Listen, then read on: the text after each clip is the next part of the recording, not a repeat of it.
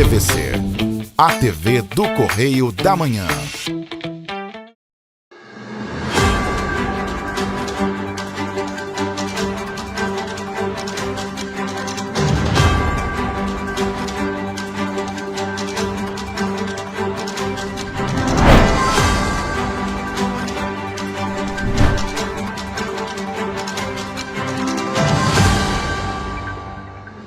Olá, sejam todos bem-vindos ao Correio Serrano na TV. Hoje nosso jornal traz as principais notícias da semana e, é claro, você pode nos ajudar a fazer os nossos telejornais. Mande para cá sua sugestão de reportagem, sua reclamação, sua denúncia para os nossos canais que já estão aí na sua tela.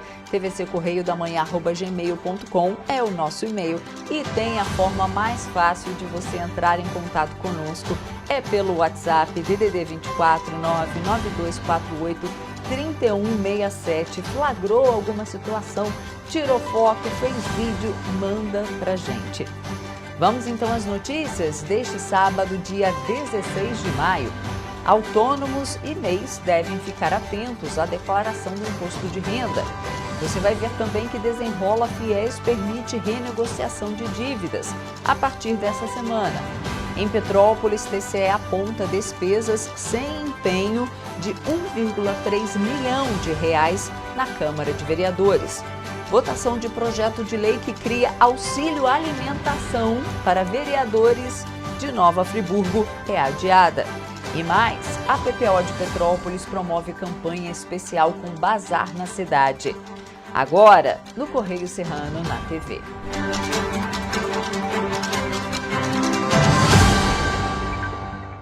E a gente começa vendo que é destaque do nosso jornal impresso aqui na nossa região, apenas R$ 2,00. A gente vai direto para a página 15 para o Petropolitano ver o que é destaque por lá. Pedido de cassação fica para a próxima semana. Pois é.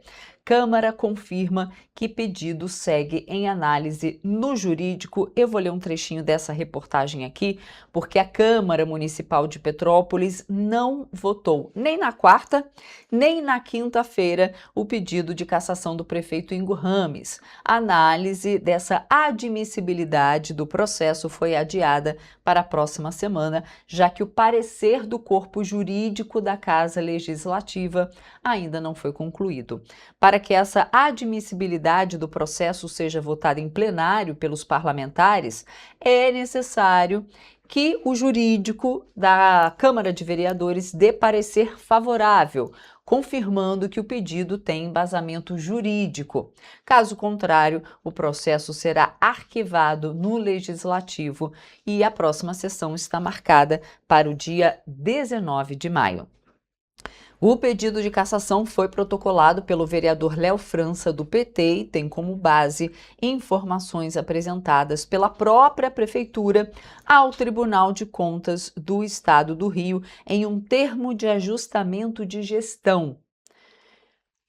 E a justificativa, segundo o pedido, mais de 57 milhões de reais de recursos da saúde, educação, defesa civil e previdência teriam sido utilizados fora da finalidade prevista em lei. Pois é, só que a Prefeitura de Petrópolis fala que esse montante de recursos que não foram utilizados na finalidade prevista em lei, na verdade, foram demandas da 4ª Vara Civil de Petrópolis. Então, a Justiça tinha determinado, pega esses recursos e paga não sei lá o quê, pega esses recursos. Então, não foi de vontade do ente, a Prefeitura de Petrópolis só cumpriu aí a determinação judicial. É por isso que eu falo, gente, a justiça, ela está impedindo muito, sejamos francos, tá? É claro, a gente vê que Petrópolis tem várias crises, crise do lixo, crise do transporte público, tem o setor da educação também, que tem esse imbróglio dos terceirizados, e aí entra a questão da Águas do Imperador, que a Águas do Imperador fez um aporte grande para a Prefeitura de Petrópolis, e a Justiça foi lá e revogou o aditivo lá, um aditivo ao contrato que fez esse aporte na prefeitura. Então, a justiça também está emperrando a prefeitura de governar. Assim, a justiça determina isso, determina aquilo, e determinação judicial não se questiona, se cumpre. Na verdade, se questiona, você vai até uma instância superior para tentar reverter. Mas é isso. Eu vou ler um trechinho essa é a minha opinião, ok? Que a justiça está travando a prefeitura de ser administrada. Está colocando tipo realmente uma camisa de forças, não está deixando o prefeito trabalhar como tem que ser feito. E aí eu vou ler mais um trechinho aqui. Afastamento imediato, pois é, ao contrário do que boa parte da população acredita, a votação não decide o afastamento imediato do prefeito. Os vereadores vão analisar apenas se aceitam ou não a abertura da comissão processante. Caso o pedido seja aprovado pela maioria absoluta da Câmara, ou seja, 8 vereadores, o prefeito terá prazo para apresentar defesa antes de qualquer votação sobre possível suspensão do cargo. E aí como funciona? Após a abertura do processo, a comissão vai ser formada para conduzir aí investigações, analisar documentos, ouvir testemunhas e produzir um relatório sobre o caso. Somente depois dessa etapa vai ter uma nova votação no plenário que vai poder decidir pelo arquivamento da denúncia ou pela cassação do mandato. Pois é, segundo especialistas em direito público, o trâmite pode durar cerca de 180 dias, dependendo do andamento dos trabalhos legislativos. Mas é isso. A justiça tem que deixar o prefeito administrar a cidade. E aí causa isso, né? Pedido de cassação. E esse pedido vai ficar para a próxima semana. Ainda na nossa página 15, nas Petropolitanas, Semana dos Museus 2026, terá União como tema. E vamos ver os destaques rapidamente da página 16. TCE mantém multa para ex-secretários de São João da Barra. Contrato de licitação apresentava irregularidades. E aqui no Correio Serrano, prefeituras do Rio debatem cidades inteligentes em Teresópolis. Essas e outras notícias você pode ler no nosso site ou nas bancas, adquirir, porque tem um pessoal que gosta, né, do jornal físico. Pois é, nas bancas aqui na nossa região apenas R$2, tem muita notícia, vale muito a pena. Mas a gente ainda tem uma reportagem, só que de lá de Nova Friburgo, porque a Justiça determinou que a Prefeitura de Nova Friburgo regularize o funcionamento da Casa de Acolhimento Institucional Vila Sorriso, que atende crianças e adolescentes em situação de vulnerabilidade. A decisão liminar foi obtida pelo Ministério Público do Rio, após uma ação civil pública ajuizada pela Promotoria da Infância e da Juventude no município. Segundo o Ministério Público do Estado do Rio de Janeiro, uma inspeção realizada na unidade constatou superlotação, infiltrações, vazamentos e problemas nos banheiros utilizados pelos acolhidos. A decisão da primeira vara de família, da infância, da juventude e do idoso determina que o município apresente, em até 90 dias, o auto de vistoria do Corpo de Bombeiros e o certificado da vigilância sanitária. A Prefeitura também deverá realizar imediatamente obras emergenciais para garantir a higiene e a segurança do local. Além das adequações estruturais, a Justiça determinou o reforço da equipe técnica da Casa de Acolhimento. Sendo assim, o município terá um prazo de 60 dias para contratar 2 psicólogos, 2 assistentes sociais e elaborar um plano emergencial para reduzir a superlotação da unidade. A ação foi ajuizada após o Ministério Público identificar irregularidades durante a fiscalização realizada em setembro do ano passado. Em caso de descumprimento das medidas determinadas pela Justiça, a Prefeitura de Nova Friburgo poderá pagar uma multa diária de R$500, limitada inicialmente a R$20 mil. Em nota, a Prefeitura de Nova Friburgo informou que recebeu a decisão judicial com serenidade. Disse que já vem adotando medidas para regularizar e melhorar o funcionamento da Casa de Acolhimento Vila Sorriso. O município afirmou ainda que está promovendo adequações estruturais, providências para obtenção de licenças e a recomposição da equipe técnica da unidade. A Prefeitura também disse que não teve acesso integral aos relatórios e procedimentos citados pelo Ministério Público e que pretende levar a questão à Justiça. Por fim, o município reafirmou o compromisso com a proteção das crianças e adolescentes e com a melhoria dos serviços de acolhimento. A gente vai fazer agora um rápido intervalo. Na volta, você vê que a assinatura digital do gov.br ultrapassa 500 milhões de usos. A gente volta já.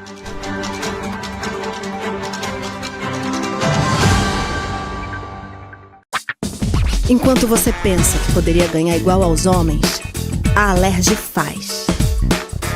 As leis que você precisa, a Alerj faz. Baixe o aplicativo da Alerj e conheça seus direitos. Um bom jornal tem que ser direto, tem que ser direito. Não ser de esquerda ou de direita, mas direito. É ter coragem de informar a verdade e não impor a sua verdade. É respeitar a inteligência do leitor e vontade do eleitor. Correio da Manhã, um jornal que há 124 anos tem a coragem de ser direto e direito. Em uma banca perto de você. Petrópolis, uma cidade histórica, que agora tem um novo ponto de conexão. O Correio Petropolitano se renovou e leva o que de mais importante acontece na cidade, de maneira mais ágil e acessível. Acesse as notícias de Petrópolis de maneira rápida e prática, onde quer que você esteja. Fique por dentro dos acontecimentos da cidade, da política, da cultura e muito mais. Correio Petropolitano. A informação de qualidade a um clique de distância. Acesse www.correiopetropolitano.com.br.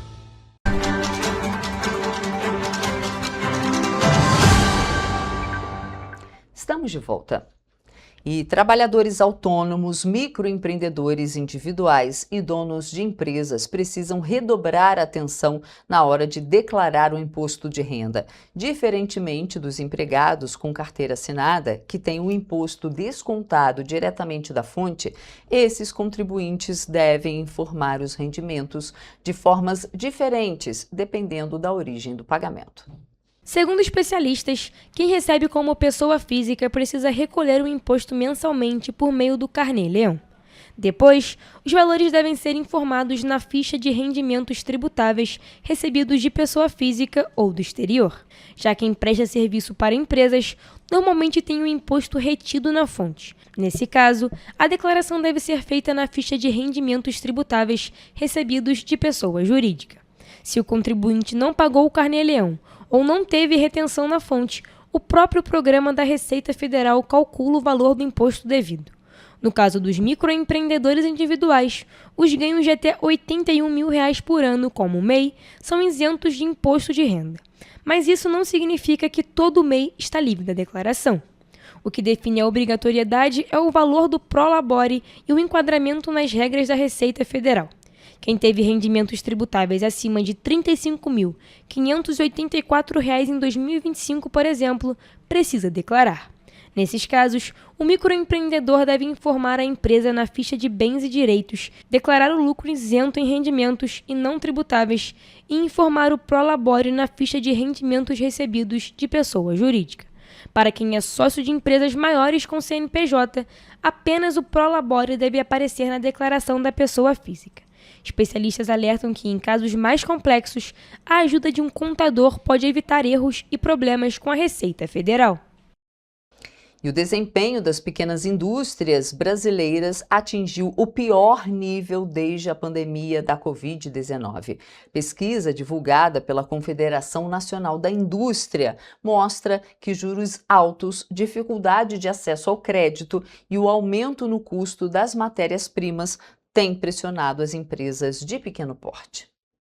O índice que mede o desempenho das pequenas indústrias caiu para 43,7 pontos no primeiro trimestre de 2026. Foi o pior resultado desde o segundo trimestre de 2020, no período mais crítico da pandemia, quando o indicador registrou 34,1 pontos. O levantamento analisa o volume de produção, o uso da capacidade das fábricas e o número de empregados. Na prática, o resultado mostra que as pequenas empresas estão produzindo menos, utilizando menos sua estrutura e contratando menos trabalhadores. A situação financeira também piorou, já que o índice que mede as condições financeiras das pequenas indústrias caiu para 39 pontos, a pior marca dos últimos 5 anos. O indicador avalia o acesso ao crédito, a margem de lucro e a satisfação dos empresários com a situação financeira das empresas. A pesquisa mostra ainda que o custo dos insumos se tornou uma das principais preocupações do setor. Nas pequenas indústrias de transformação, o problema saltou da 6ª para a 2ª posição entre os maiores entraves. No setor da construção civil, a preocupação com juros altos também cresceu. Mais de 37% dos empresários do segmento afirmaram que as taxas de juros estão entre os principais problemas enfrentados pelas empresas. Além disso, a confiança dos empresários segue em queda.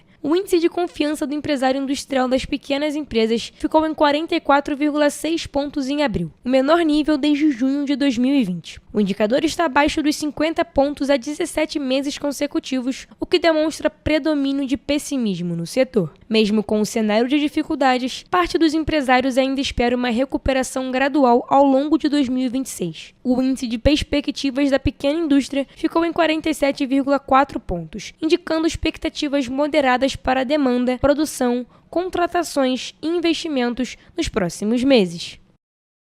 E o Índice Nacional de Preços ao Consumidor, o INPC, usado como referência para o reajuste de salários, fechou abril em 0,81%. Com o resultado, o acumulado dos últimos 12 meses chegou a 4,11%, segundo dados divulgados pelo IBGE. O INPC é utilizado como base para o reajuste anual de salários de diversas categorias profissionais. O índice também influencia o cálculo do salário mínimo, do seguro-desemprego, do teto do INSS e dos benefícios pagos acima do piso nacional. O IBGE também divulgou o IPCA, que é considerada a inflação oficial do país. O índice ficou em 0,67% em abril e acumula 4,39% em 12 meses, dentro da meta do governo, que tolera até 4,5%. A diferença entre os dois indicadores está na faixa de renda das famílias pesquisadas. O INPC mede a inflação para famílias com renda de 1 a 5 salários mínimos. Já o IPCA considera famílias com renda de 1 a 40 salários mínimos. No INPC, os alimentos têm peso maior na composição do índice, já que as famílias de menor renda gastam proporcionalmente mais com comida. Por outro lado, itens como passagem aérea têm menor impacto no cálculo do indicador. E estudantes com dívidas do Fundo de Financiamento Estudantil, o FIES, vão poder negociar os débitos a partir desta semana. O programa Desenrola FIES prevê descontos de até 99% sobre o valor total da dívida. A renegociação vale para estudantes com contratos firmados até 2017, que estavam na fase de amortização, ou seja, de pagamento do financiamento em 4 de maio de 2026. A negociação poderá ser feita até o dia 31 de dezembro deste ano. Segundo o ministro da Educação, os estudantes poderão renegociar as dívidas diretamente pelos canais digitais da Caixa Econômica Federal e do Banco do Brasil. O ministro destacou ainda que o programa também beneficia quem está com os pagamentos em dia. Nesses casos, os estudantes adimplentes terão 12% de desconto para quitar o financiamento antecipadamente. A expectativa do Ministério da Educação é que mais de 1 milhão de estudantes sejam beneficiários com refinanciamento das dívidas. Vale lembrar que o Desenrola FIES faz parte do novo Desenrola Brasil, lançado pelo governo federal para ampliar o acesso ao crédito e ajudar na reorganização financeira dos brasileiros. A medida não prevê o uso do FGTS para abatimento das dívidas do FIES. E a inflação oficial do país desacelerou em abril, mas os preços dos alimentos e dos medicamentos continuaram pesando no orçamento dos brasileiros. O IPCA ficou em 0,67% no mês, abaixo do resultado de março, que havia sido de 0,88%. Os dados foram divulgados pelo IBGE. Mesmo com a desaceleração, a inflação acumula alta de 2,60% no ano e de 4,39% nos últimos 12 meses. O grupo Alimentação e Bebidas foi o que mais impactou o resultado de abril, com alta de 1,34%. No resultado de abril, a maior variação, 1,34%, e o maior impacto, 0,29 ponto percentual, vieram do grupo Alimentação e Bebidas, servido de saúde e cuidados pessoais, com 1,16% de variação e 0,16 ponto percentual de impacto. Juntos, os dois grupos representam 67% do resultado do mês. Entre os produtos que mais subiram estão a cenoura, o leite longa-vida, a cebola, o tomate e as carnes. Já o café moído e o frango em pedaços registraram queda nos preços. A alimentação fora de casa também ficou mais cara. Os preços dos lanches e das refeições subiu em abril, segundo o IBGE. Responsável pelo maior impacto no resultado de abril, 0,29 ponto percentual, o grupo Alimentação e Bebidas variou 1,34%, acumulando alta de 3,44% no primeiro quadrimestre de 2026. No grupo Saúde e Cuidados Pessoais, a alta foi de 1,16%, influenciada principalmente pelo reajuste dos medicamentos autorizado a partir de 1º de abril. O destaque fica com a alta de 1,77% nos produtos farmacêuticos, após a autorização do reajuste de até 3,81% nos preços dos medicamentos a partir de 1º de abril. Já o grupo Habitação teve alta de 0,63%, com destaque para o aumento do gás de botijão e da energia elétrica em diversas capitais do país. Com o terceiro maior impacto no resultado do mês, 0,10 ponto percentual, a alta de 0,63% do grupo Habitação teve influência do subitem em gás de botijão, que subiu 3,74%. Em transportes, o índice desacelerou por causa da queda das passagens aéreas. Mesmo assim, os combustíveis continuaram em alta. A gasolina subiu 1,86% em abril e teve o maior impacto individual no resultado do mês. O grupo Transportes desacelerou na passagem de março, 1,64%, para abril, 0,06%. No lado das altas, os combustíveis subiu 1,80%. Com destaque para a gasolina, que desacelerou de março, 4,59%, para abril, 1,86%. O IBGE também divulgou o INPC, o índice que mede a inflação das famílias de menor renda. O indicador subiu 0,81% em abril e acumula alta de 2,70% no ano. A produção de veículos no Brasil cresceu 2,4% em abril, na comparação com o mesmo período do ano passado, segundo dados divulgados pela Associação Nacional dos Fabricantes de Veículos Automotores. O resultado foi alcançado mesmo com 2 dias úteis a menos no mês por causa dos feriados. Em relação a março deste ano, houve queda de 9,5% na produção, com 238.500 unidades fabricadas em abril. No acumulado dos primeiros meses de 2026, o setor produziu 872.600 veículos, um avanço de 4,9% em relação ao mesmo período do ano passado. Os emplacamentos também apresentaram um crescimento expressivo. Em abril, foram comercializadas 248.300 unidades, uma alta de 19% na comparação com o mesmo mês de 2025. Segundo a associação, este foi o melhor resultado para o mês de abril nos últimos 12 anos. A média foi de 12.400 veículos emplacados por dia, a melhor do ano e a maior para o mês desde 2014. No acumulado de 2026, os emplacamentos somaram 873.500 autoveículos, com crescimento de 14,9% em relação aos 4 primeiros meses de 2025. Já as exportações apresentaram queda. Entre janeiro e abril, o Brasil enviou 142.400 veículos ao exterior, um recuo de 16,9% em relação ao mesmo período do ano passado. No segmento de veículos pesados, as vendas de caminhões continuam em queda, mas a associação avalia que o recuo tem diminuído nos últimos meses. Em abril, foram emplacados 8.800 caminhões, uma alta de 0,1% em relação a março e queda de 5,8% na comparação com abril de 2025. No acumulado do ano, as vendas de caminhões somaram 30.700 unidades, com recuo de 17,2%. Já o segmento de ônibus registrou crescimento de 4,6% nas vendas em relação a março, com 2.049 unidades comercializadas. Na comparação anual, no entanto, houve queda de 6,9%.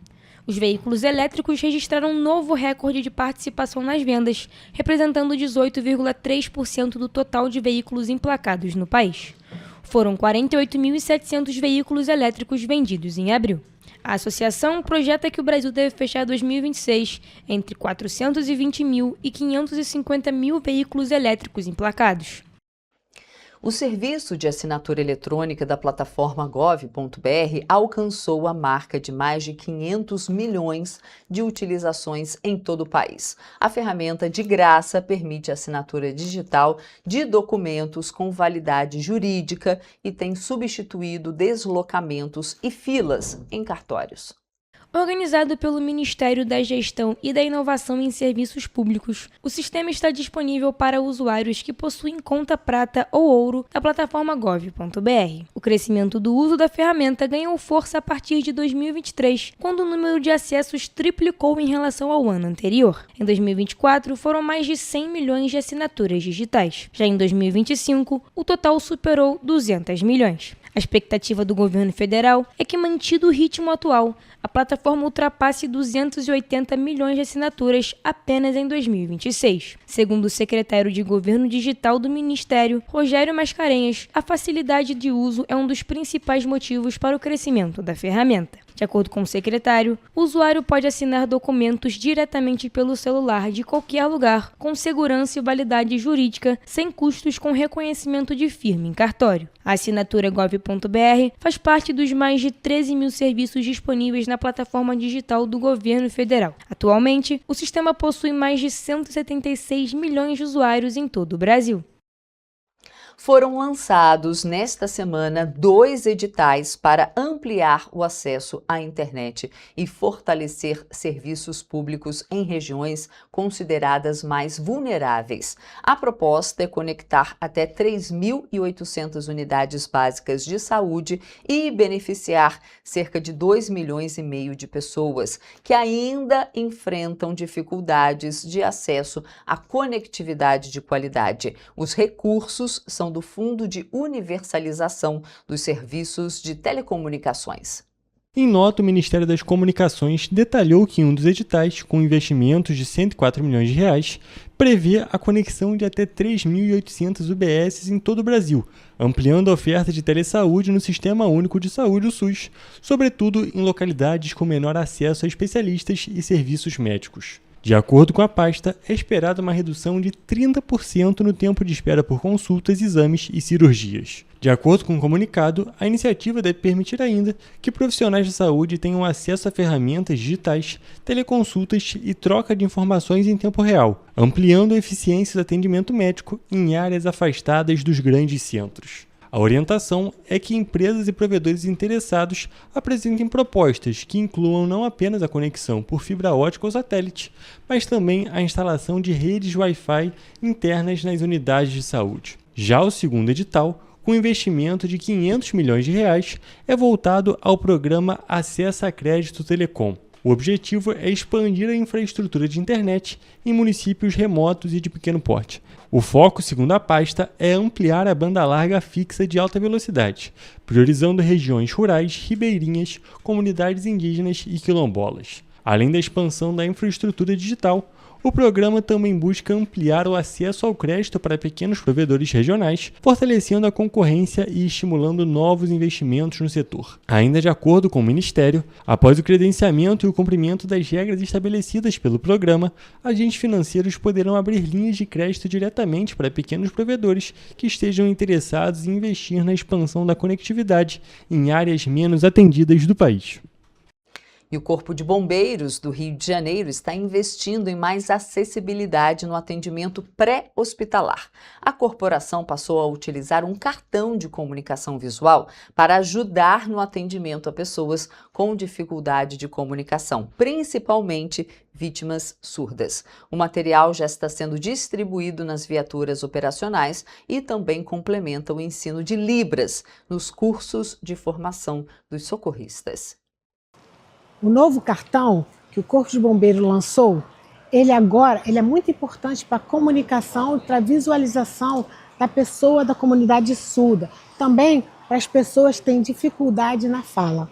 O cartão reúne ícones ilustrativos e palavras em português e inglês, permitindo uma comunicação mais rápida durante as ocorrências. O material traz perguntas básicas como nome, endereço, telefone e data de nascimento, além de orientações importantes para o acolhimento das vítimas. O Corpo de Bombeiros começou a fazer uma capacitação básica em Libras para a nossa tropa. É um treinamento contínuo que espera-se que até o final de 2026 tenhamos mais de 500 militares capacitados nesse básico de Libras. O cartão também ajuda na identificação de condições de saúde e sintomas. A vítima pode indicar, por exemplo, se tem alergia, diabetes, se está grávida ou se faz uso de medicamentos. O material ainda possui uma escala visual de dor, facilitando que o paciente mostre a intensidade do desconforto. Ele mostra as imagens, exemplo, a escala de dor, né? Ele aponta sentindo dor, né? Ou se ele foi agredido com faca, né, ou com revólver, ele mostra exatamente o desenho certo. A iniciativa acompanha uma tendência internacional de uso de recursos visuais no atendimento de emergência. Com a medida, o Corpo de Bombeiros busca garantir um serviço mais humanizado, eficiente e inclusivo para toda a população. E nesse momento a gente está fazendo agora o lançamento de um novo produto, um cartão de comunicação visual. É um produto que foi desenvolvido na Inglaterra, adaptado para utilizar no Brasil, vai estar presente em todas as nossas viaturas, postos de guarda-vida, dentre outros lugares, e vai trazer um benefício muito grande para a comunicação com as pessoas com essa dificuldade exatamente de comunicação. E você vai ver depois do intervalo que a Prefeitura de Petrópolis recorre da decisão que suspendeu o aumento da tarifa de água na cidade. A gente volta já.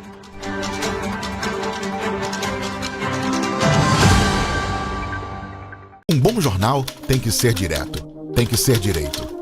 Não ser de esquerda ou de direita, mas direito. É ter coragem de informar a verdade e não impor a sua verdade. É respeitar a inteligência do leitor e vontade do eleitor. Correio da Manhã, um jornal que há 124 anos tem a coragem de ser direto e direito. Em uma banca perto de você.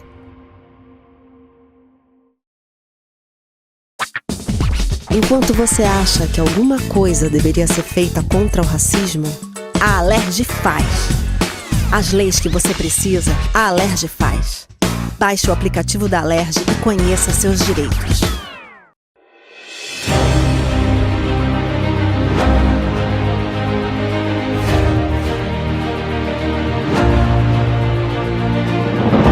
Não é jornalismo de direita, é jornalismo direito. Correio Petropolitano. Tudo que seu jornal não deveria ter deixado de ser. Todos os dias, em uma banca perto de você.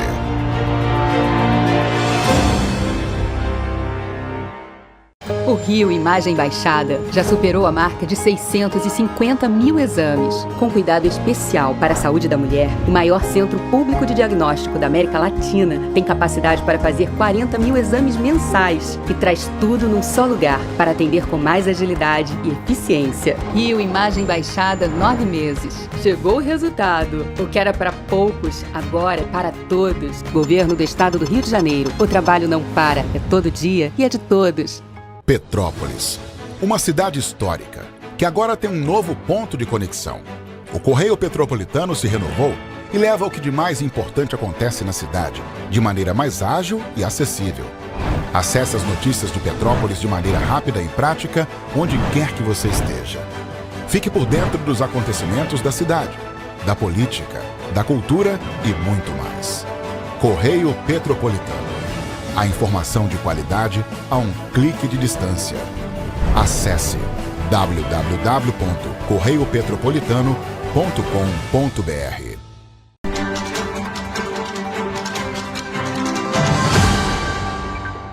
Estamos de volta. E o Tribunal de Contas do Estado do Rio rejeitou a proposta apresentada pela Prefeitura de Petrópolis para firmar um termo de ajustamento de gestão relacionado às contas do município. A decisão monocrática foi assinada pelo presidente da Corte no dia 29 de abril e publicada no Diário Oficial da Corte na última semana. A proposta enviada pela Prefeitura tinha como objetivo estabelecer medidas, metas e prazos para recompor o equilíbrio financeiro, orçamentário e fiscal do município, sem comprometer a continuidade dos serviços públicos essenciais. No termo de ajustamento de gestão, a Prefeitura de Petrópolis alegou que foram identificados passivos ocultos nas contas da administração anterior do ex-prefeito Rubens Bontempo, o que teria agravado a situação fiscal da cidade. Segundo o processo, esses passivos não estavam registrados de forma transparente e acabaram gerando obrigações inesperadas para a cidade. Entre os pontos citados na proposta do município estavam a utilização indevida de recursos vinculados no valor de R$ 57.100.000, incluindo verbas federais destinadas à saúde, educação, defesa civil e recursos do Fundo de Capitalização do INPAS. Também foi apontada a realização de despesas sem cobertura orçamentária, somando R$ 31.900.000 relacionados a contratos da Companhia Municipal de Desenvolvimento de Petrópolis, a CONDEP, para serviços de limpeza urbana e resíduos sólidos. A Procuradoria-Geral do TCE-RJ entendeu que a proposta era juridicamente inadmissível. O principal argumento é que o regimento interno do tribunal proíbe a celebração de tag em processos ligados às contas de governo. O parecer também destacou um trecho da versão apresentada pela Prefeitura que previa que o tribunal deveria se abster de emitir um parecer prévio contrário às contas de 2025, em razão dos compromissos assumidos no tag. Para o órgão técnico, isso configuraria a tentativa de interferência no julgamento das contas públicas. Apesar da decisão em desfavor do município, o caso ainda vai ser submetido ao plenário da Corte de Contas.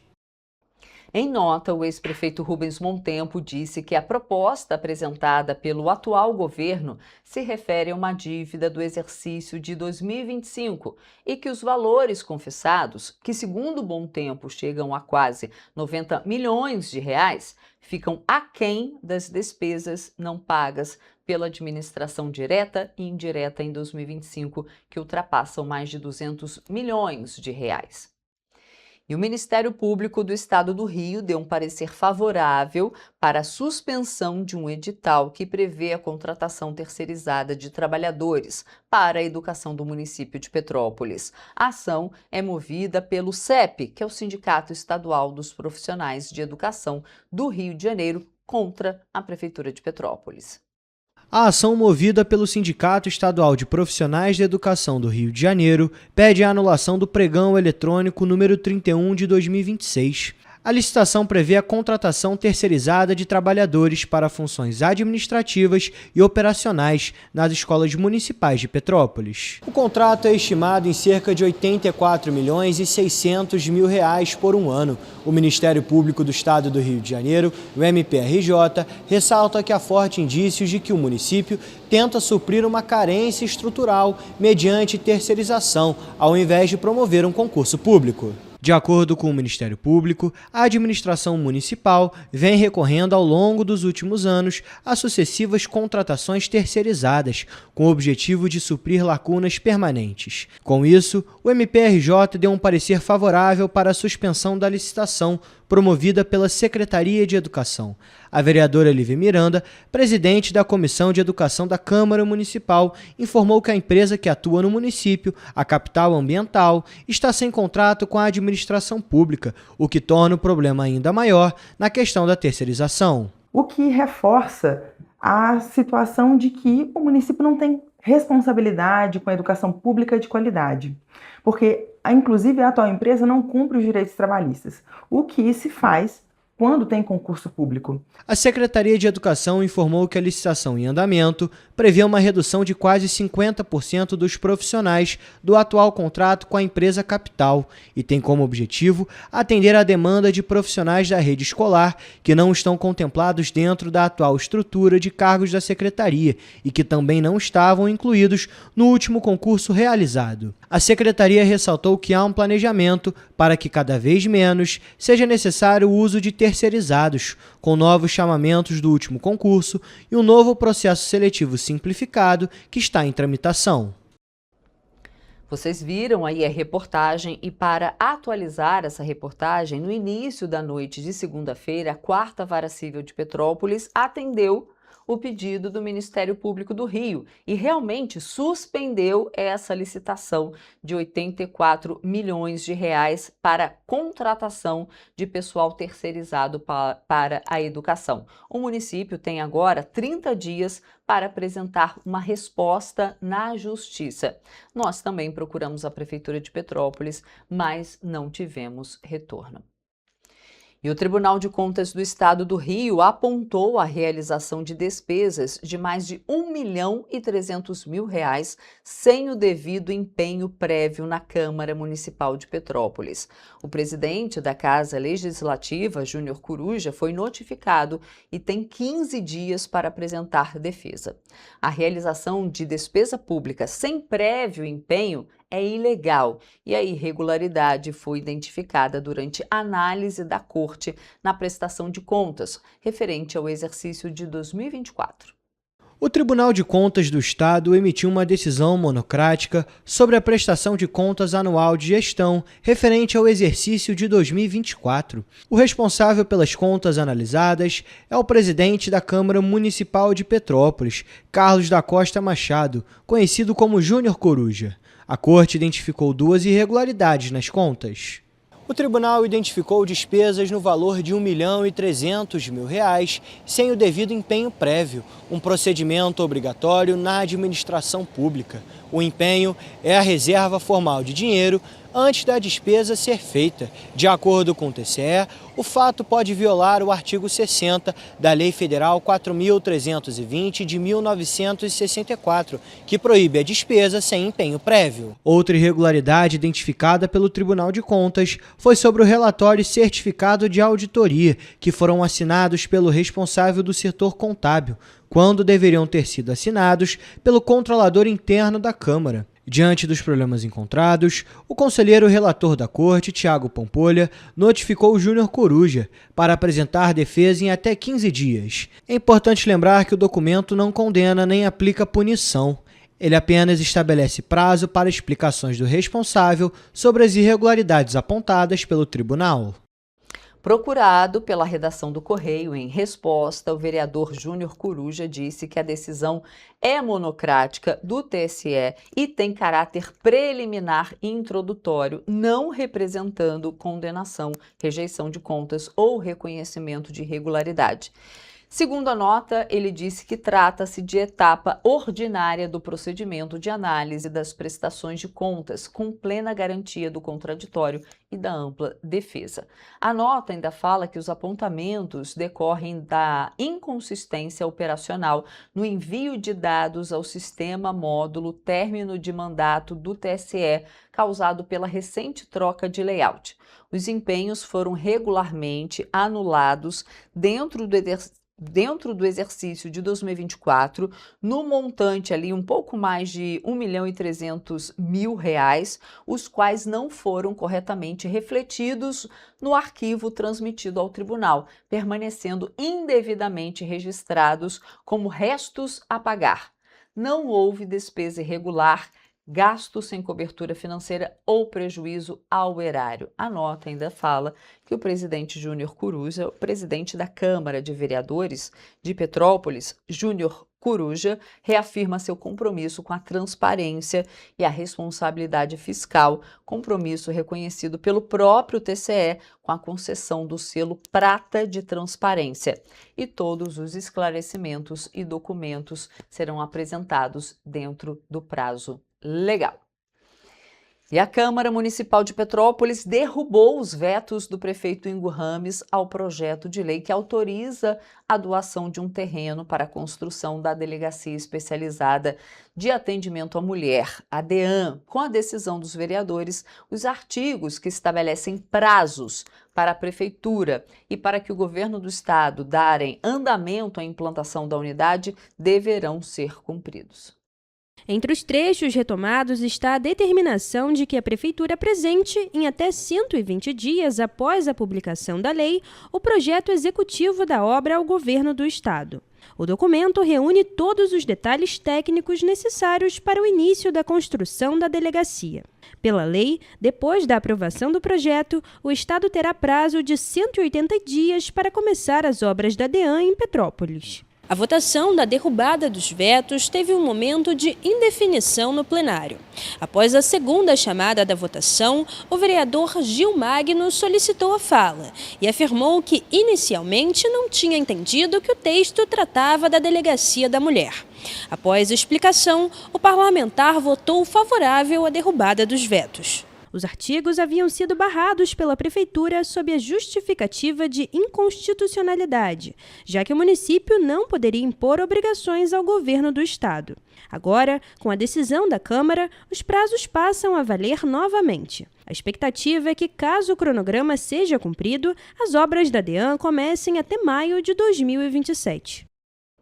As obras da ponte do Arranha-Céu em Itaipava começaram na última segunda-feira. De acordo com a avaliação da Unidos por Itaipava, o primeiro dia útil após a interdição total da ponte, Itaipava registrou um trânsito mais considerável aí administrável, mas já acendeu alertas para pontos específicos que devem exigir monitoramento e ajustes ao longo das próximas semanas. De acordo com a CPTrans, a obra tem previsão de entrega para o mês de outubro. É muito trânsito que as pessoas de lá ainda vão enfrentar.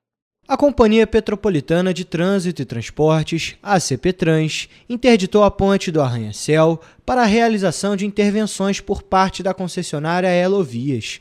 A interdição teve início na segunda-feira, dia 11 de maio, e segundo a Unidos por Itaipava, a UNITA, o trânsito no primeiro dia útil foi considerado administrável, em parte dos acessos para o distrito de Itaipava. No entanto, a grande preocupação é em relação ao fluxo de turistas. E a gente alerta ainda porque agora começa a alta temporada de turismo da região, enfim, isso acaba trazendo um fluxo maior de pessoas e aumentando a necessidade desse planejamento e atuação. De acordo com a CPTrans, durante o período de fechamento, motoristas precisarão utilizar rotas alternativas para o deslocamento entre o quilômetro 58 da BR-040 e o 34 da Estrada União Indústria. No sentido Juiz de Fora, o acesso deverá ser feito pelo quilômetro 62, na altura da Feirinha de Itaipava. Já no sentido Rio de Janeiro, os desvios ocorrerão pelos quilômetros 61 no Catubira e pelo quilômetro 62 na Feirinha de Itaipava.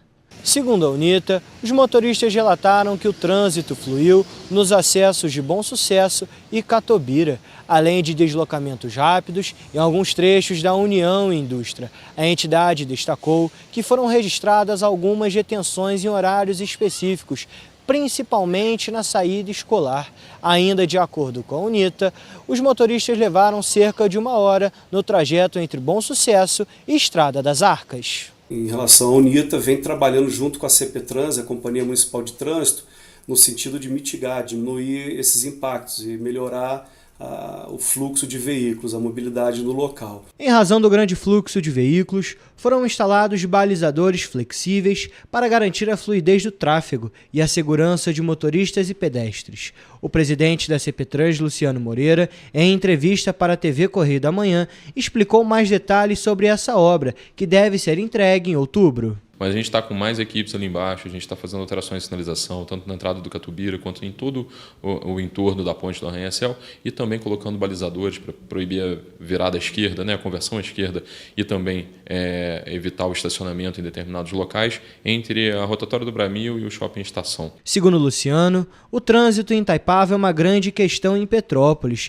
e com a interdição, os congestionamentos vão aumentar ainda mais. A gente acredita que essas ações, quando somadas, vão ajudar a melhorar um pouco mais o desconforto que a obra vai causar durante esse período. A Comissão de Mobilidade da Câmara Municipal de Petrópolis, presidida pelo vereador Tiago Damasceno, vai acompanhar as obras na ponte do Arranha-Céu. A ação acontece diante dos impactos das intervenções. Eu entendo que a Prefeitura, através da CPTrans, assim como a Elovias, tem que ter um plano para mitigar os efeitos enquanto durar essa obra. A gente vai estar acompanhando esse processo e acompanhando também para garantir que o cronograma da obra seja cumprido e que essa melhoria seja entregue o mais rápido possível para a população petropolitana, especialmente quem mora em Itaipava. A CPTrans orienta os motoristas a redobrarem a atenção e, se possível, planejarem os deslocamentos com antecedência para evitar transtornos. E a Prefeitura de Petrópolis recorreu da decisão da 4ª Vara Civil que determinou o repasse de 26 milhões de reais para a Condep e suspendeu o 8º termo aditivo do contrato de saneamento com a concessionária Águas do Imperador. Foi sobre esse assunto que eu falei lá no primeiro bloco, que a justiça ela fica interferindo tanto que acaba colocando o município numa camisa de força. O prefeito ele não consegue governar. No agravo apresentado ao Tribunal de Justiça, a Procuradoria-Geral do município afirma que a medida coloca em risco a saúde financeira da cidade e pode provocar um colapso em serviços essenciais, como saúde, educação e coleta de esgoto. Vamos conferir. A decisão questionada foi assinada pelo juiz Jorge Luiz Martins Alves, no dia 10 de fevereiro. Além de suspender os efetivos do 8º termo aditivo do contrato de saneamento, o magistrado determinou a transferência imediata dos 26 milhões de reais do Tesouro Municipal para a Condep, no prazo de 72 horas, além do bloqueio de valores relacionados ao reajuste da tarifa da água. No recurso, a Prefeitura alega que o dinheiro é uma receita pública vinculada à outorga da concessão do serviço e, por isso, deve permanecer no Caixa Único do município. Já a Procuradoria afirma que retirar esse valor do Tesouro comprometeria diretamente o custeio de serviços essenciais. Em um dos trechos do documento, o município diz que a decisão é absurda, que ignora a separação dos poderes e cria uma vinculação de receita inexistente na lei. No agravo de instrumento, a Prefeitura também defende a manutenção do 8º termo aditivo do contrato de saneamento e do reajuste tarifário previsto no Decreto 345 de 2025. O município afirma que a suspensão do acordo ameaça um plano de investimento estimado em 320 milhões de reais para universalização do abastecimento de água e tratamento de esgoto até 2033, conforme metas do novo marco legal do saneamento. Ainda no recurso, a Procuradoria afirma que a decisão judicial pode gerar consequências federativas para Petrópolis. Segundo o documento, a suspensão do aditivo pode impedir o município de cumprir exigências previstas na legislação federal de saneamento, colocando a cidade em risco de perder acesso a transferências voluntárias da União e financiamentos públicos.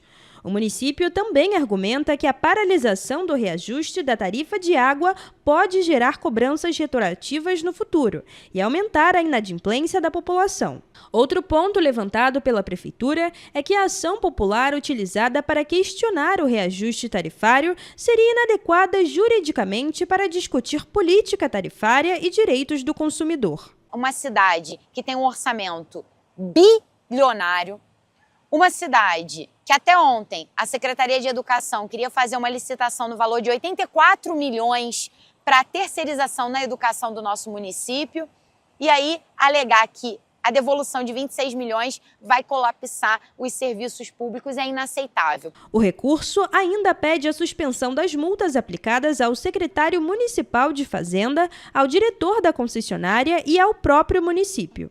O governo municipal também sustenta que a transferência para a Condep exigiria autorização legislativa específica e que o bloqueio dos recursos poderia impedir pagamento de salários, manutenção de hospitais e investimentos prioritários. Colapso a serviço essencial é falta de prioridade na gestão, na execução dos serviços básicos para a população petropolitana. Segundo a Prefeitura, o município vive em estado de calamidade financeira e a retirada imediata do valor provocaria impacto direto nas contas públicas.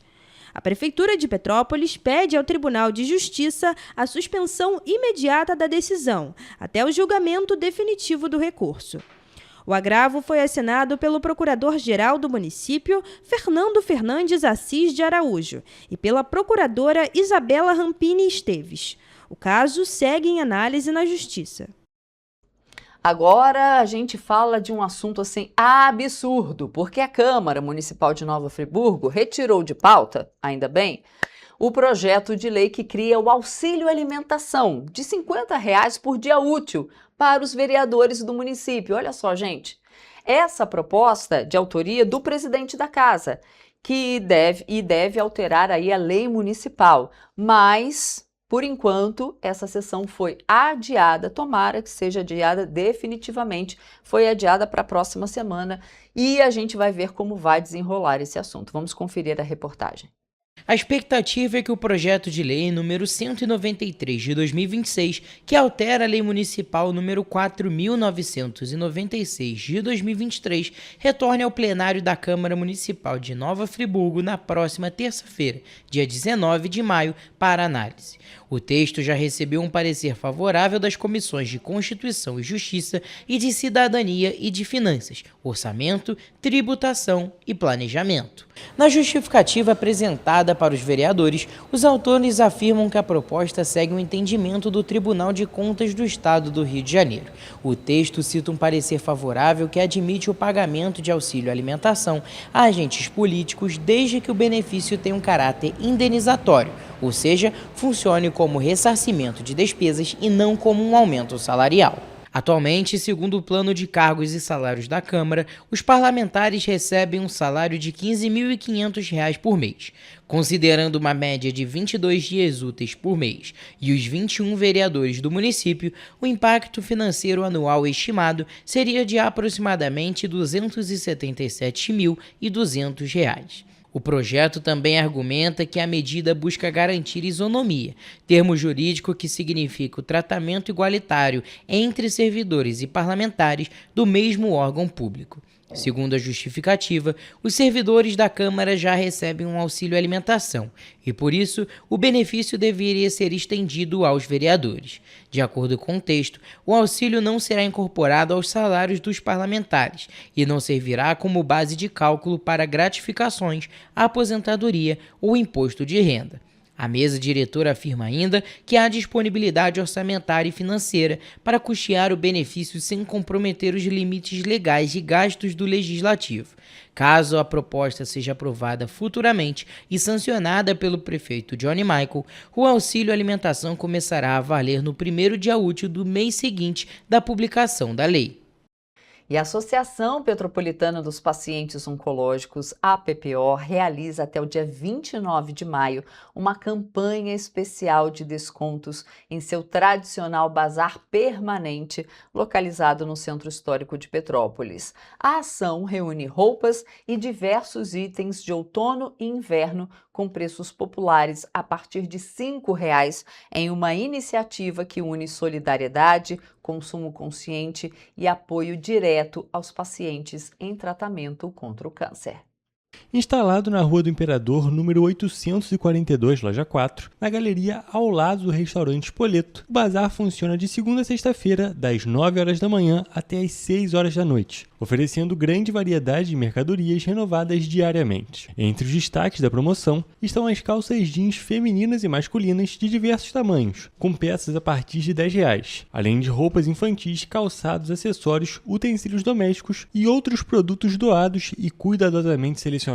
A proposta é proporcionar uma experiência acessível e acolhedora aos consumidores, ao mesmo tempo em que fortalece a importante rede de apoio mantida pela instituição. De acordo com a vice-presidente voluntária da PPO, Ana Cristina Matos, o bazar desempenha papel fundamental na sustentabilidade financeira da associação, contribuindo diretamente para a continuidade dos atendimentos e para a manutenção da casa de apoio oferecida aos pacientes oncológicos. Mais do que uma oportunidade de compra com preços acessíveis, a campanha representa um gesto de solidariedade. Isso porque cada peça adquirida contribui para a manutenção dos serviços como fisioterapia, psicologia, assistência social, nutrição, fonoaudiologia e acolhimento humanizado, oferecidos pela entidade, que há anos atua no suporte a pessoas em tratamento contra o câncer em Petrópolis. A expectativa da instituição é ampliar o fluxo de visitantes durante o período promocional, incentivando a participação da população em uma iniciativa que une responsabilidade social, sustentabilidade e apoio à causa oncológica.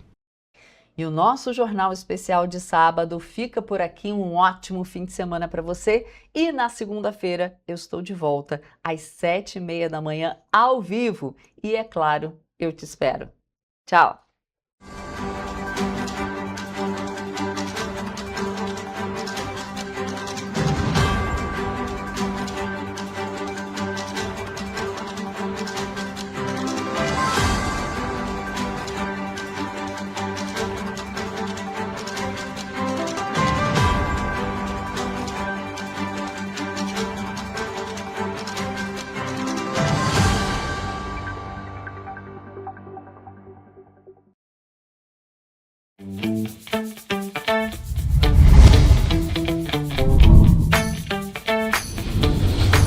TVC, a TV do Correio da Manhã.